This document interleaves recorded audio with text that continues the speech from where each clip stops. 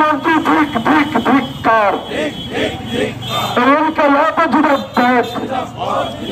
আরজি করার ঘটনার দোষীদের দৃষ্টান্তমূলক শাস্তির দাবিতে এই মিছিলে দলে দলে যোগ দেন।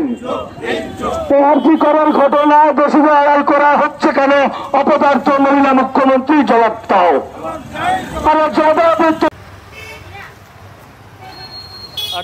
আর জবাব ভিডিওটা